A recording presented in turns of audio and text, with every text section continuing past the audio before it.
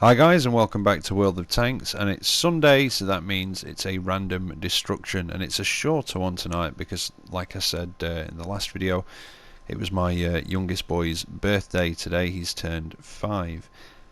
So I'm in the Motherland. It's on Fisherman's, I've forgotten the name of the level, Fisherman's Bay, I think it is. It's a almost exclusively tier 8 match, and I'm in the tier 8 premium medium tank, the Motherland, which is also Russian, which I forgot to mention. It's got a 100mm gun, 258 alpha damage with 183mm of penetration, 7.5 rounds a minute, 44km/h top speed.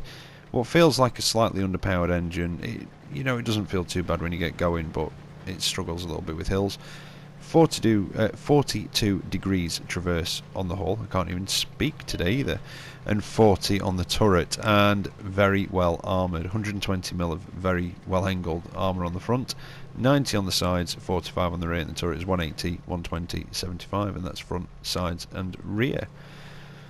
So it's a slightly shorter video, like I say, and tomorrow is actually my wife's birthday. Yes, she was born on Halloween. Many a joke has been made already. So tomorrow I have pre-recorded the review for the OI experimental, continuing up the Japanese heavy line, and there will more than likely also be a second short video tomorrow, which is going to be the competition announcement. I've finally got around to sorting it out, and yeah, so we're going to be starting a competition. Now at the minute the prizes are, well, I've got 10 codes for 3 days of premium and a few consumables included with them that Wargaming have very kindly given to me, and that was Schneller, who is one of the community coordinators for, I believe, Wargaming North America, although I could be mistaken on that one. But anyway, thank you to you, Schneller, for getting me those codes. So I shall do a proper announcement of that tomorrow and let you know what I'm going to have you do. So back to the match. It's, well, nobody was really coming towards the village, so I thought I'd pop down here and lend a hand, and I'm going to side scrape off here and see if I can do some damage to that Tiger 2. We'll be seeing more of him, and it's not a very long match this, and I was getting a bit frustrated at first because not much was happening, but then I'd seen that our tank destroyer over here was getting mobbed by the medium and the light tank, so I thought I'd go and lend a hand. And I managed to set the Bulldog on fire, and then somebody just finishes him off. So I'm going to go after the Motherland a bit aggressively. Manages to pen me, surprisingly actually, through the front it seemed. But I did manage to get him back through his side. Managed to take a bounce from him there and hit and pen him again. And this has just cost me a high caliber. Slight spoiler alert, but that cost me a high caliber, that did, the T54 moving in front.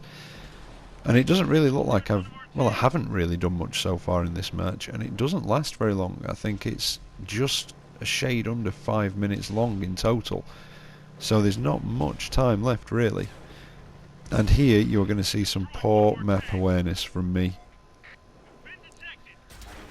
There you go. Didn't pay attention to the Tiger 2 coming up on my left flank, and that's the one I said we'd see some more of, but I managed to put one into his ammo rack and damage it, and I'm assuming it repairs it, and I take a bounce, put another one into his ammo rack, so that's going to piss him off just a bit. I know it would me. I'm going to track him and get alongside him. Now, if I can go for the ammo rack and damage it again, oh, pull back a bit too much there. Let's try and get him again in the ammo rack. This is where the Motherland can excel, brawling, and I do manage to actually destroy his ammo rack and pop his turret, which is nice. And that Tiger 2, I don't know, he must just have tunnel vision, I would assume. He went straight past me, and it allowed me to put a shot into his flank and then one into his rear to finish him off there. And then all of a sudden there's not many enemy tanks left. It's now 12-3 in our favour, and I've got the side of an IS-3, and I was expecting him to pull back, but he doesn't, and he sits there, and he doesn't appear to be tracked, but I can't see his other tracks. That's him done. So we've got a tank destroyer and artillery left. If you look at the map, artillery looks like he's about done for. So all we've got is a T28 prototype down the end of the street, and he obligingly pops out and lets me put one into his side, and then somebody else puts the last hit in. And there we go, 3 seconds left till 5 minutes were up and the match is over. So not a bad little round. I've been playing in the Motherland a bit more recently. I went through a phase, I don't think I've played in it for about a month, maybe more. And I've been in it again recently and just forgot how much fun it can be. Now, I did get 10,000 extra silver from that op, but apart from that, that's not bad. 129,000 silver is quite acceptable, and just over 3,600 damage done. And I would have had a high caliber because I was over 1,000, well, about 1,500 ahead of the next highest damage if I hadn't have hit that AT-15, I think it was. So that was unfortunate. But I'm happy with what I got. People seem to do well in the Motherland though. It does seem hard to get an ace tanker in it recently. So I think people are doing quite well. Right, so on to the next match. It's on Dragon Ridge, standard battle, and it's a tier 8 match. But unlike the last one, there are a few lower tiers in this. And I'm in the Centurion 1, which is a tier 8 British medium. And I quite like this tank. It's very much a support tank and a ridgeline fighter. It's not got a very good hull. It's not particularly fast either at 40 kilometers an hour, but it does have a good power to weight ratio. It seems to have very good terrain resistances as well. Not brilliant traverses at 36, and that's for turret and for the hull, and that's fully upgraded. And it has the 20-pounder gun, type A barrel. Those of you familiar with the British heavy line or the British medium line, excuse me, we all know that there's the type A barrel and the type B barrel. Same damage, same penetration, but it's all to do with rate of fire, aiming time, etc. So, like I say, 20-pounder, it's got 226mm penetration, which is quite good for its tier, 230 average damage. 7.5 rounds a minute, which is considerably slower than the Centurion 7.1 with the 20-pounder barrel. Now, this is one of the last games I played in the Centurion Mark 1. I've now sold it and I've bought the Centurion 7.1, and I'm just working towards 105mm gun on it. It's got a 2.3 second aiming time and quite good accuracy at 0.33.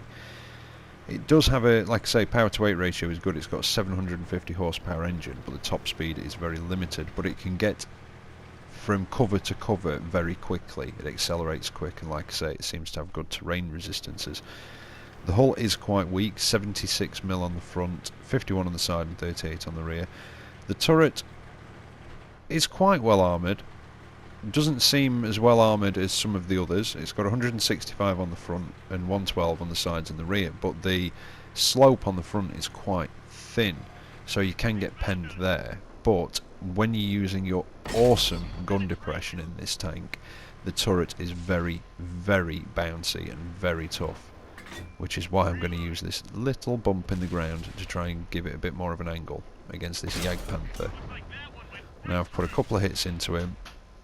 I think it's the CDC has put hit into him, and then the CDC actually finishes him off.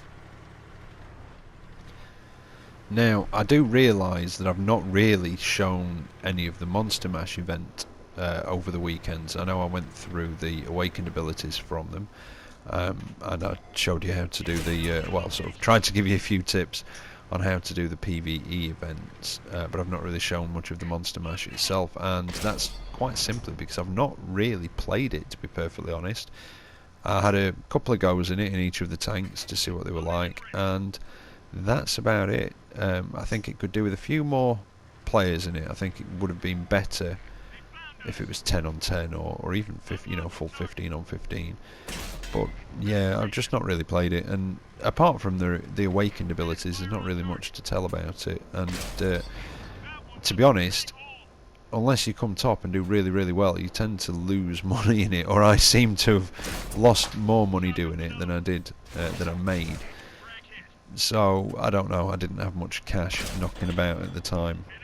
But yeah, I don't know what it is. I just, like I said, I've just not really played it.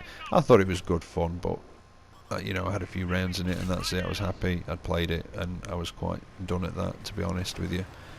I think, I don't know if I prefer the Tog C, but yeah, there you go. It is what it is.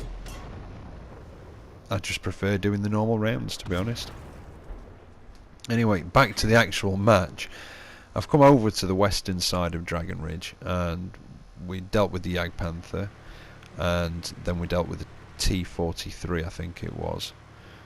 And I managed to get a shot into that Pershing, but things are not looking particularly good at the minute with the scores. It's 3-7 in the enemy team's favour, and I wasn't holding out much hope at this point in the match, but then the Pershing pops up again, and I managed to get a shot into the side of him, and somebody else takes him out. So evening up slightly, but it's 5-8 now. But yeah, things weren't looking particularly rosy at this point. I mean, it's a 3-tank lead. It doesn't sound a lot, but it can be quite a bit, you know. It can make quite a difference. Artie nearly runs into the rock, and that just gives me enough time to reload and put another shot into him. I did sometimes find the rate of fire on this a bit frustrating. I mean, I like the tank, you know, as a whole, I really do.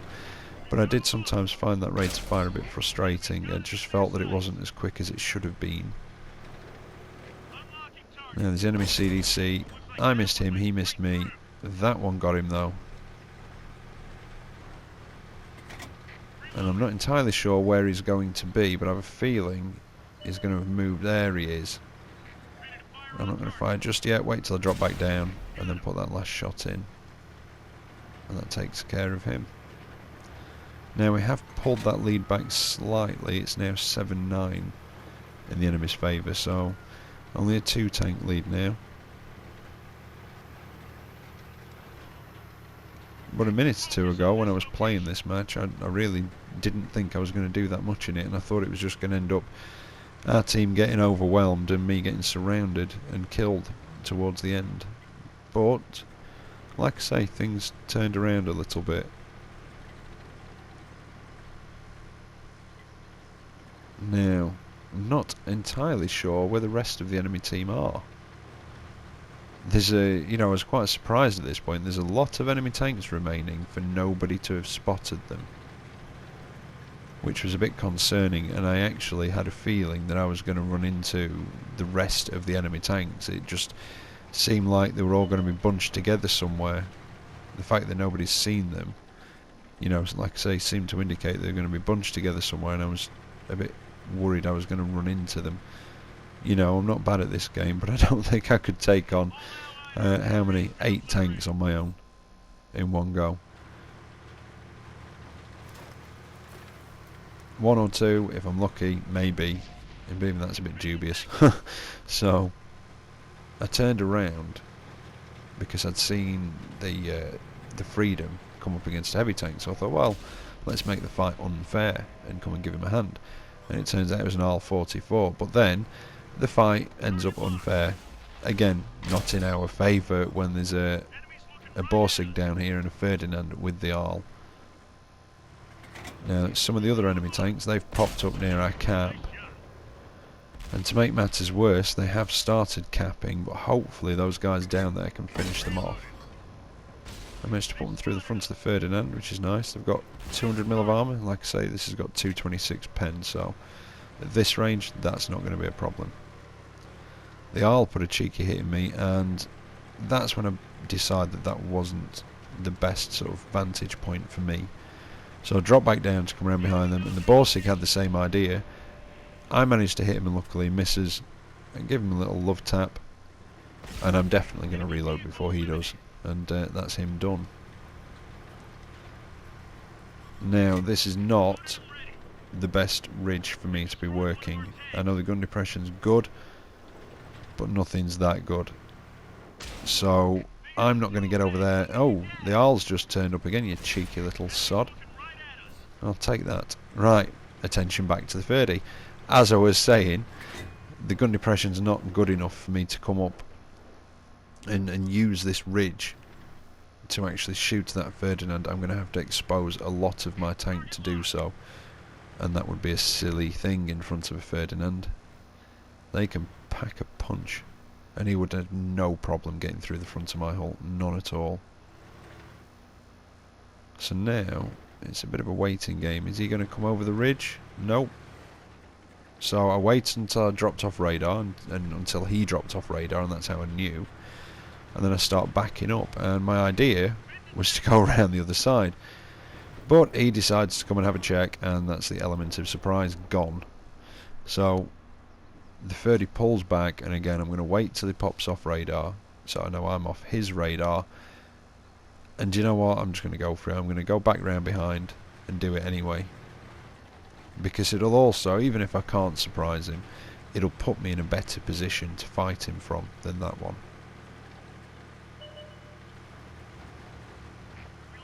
And those guys near the cap, they've done a good job. They did fight them off. They've stopped capping, and they've just taken care of the last heavy that was across there, so good on them. And now it's just me and a tank destroyer against an enemy medium and a tank destroyer, and that's when I get spotted again. Element of surprise gone once again, but I did see that he was going down and around to try and get round behind me, and I was a bit cautious because there is a medium left, and I just wanted to make sure I wasn't walking into some sort of trap. And then I just saw the top of the tree fall in between the sort of two big rocks there, and I'm not going to go charging round because I have a feeling that he turned around, and indeed he had. Donk it into the floor, and then I'm just going to use this rise just to get myself up far enough, use that gun depression and make my turret very, very strong, and just keep dodging back and forth so he can't get a decent shot at me. And that's the Ferdinand dealt with as well. And now there's a Centennial left, and he's on 0 kills. Now, just because somebody's on 0 kills doesn't mean they're AFK or AFP, whichever you prefer to say. But if somebody's on 0 kills and they are the last surviving member of the enemy, of the opposite team at the end of the match, then it's a fairly safe bet that they are AFK somewhere. It's not always the case, but you know, halfway through a match, if somebody's on 0 kills, it couldn't mean anything. You know, somebody could have, it could have just been one of those cases where they've been doing loads of damage, but somebody else has always put the kill shot in. But the last surviving member of the enemy team at the end of a match on 0 kills, I'd say about 60% of the time, maybe 70% of the time, they're normally AFK somewhere. So we've just parked up in the cap, hopefully to draw him out, and if not, we'll cap out and win, because I could be looking for ages trying to find him on here. And there we go, managed to cap out for the win.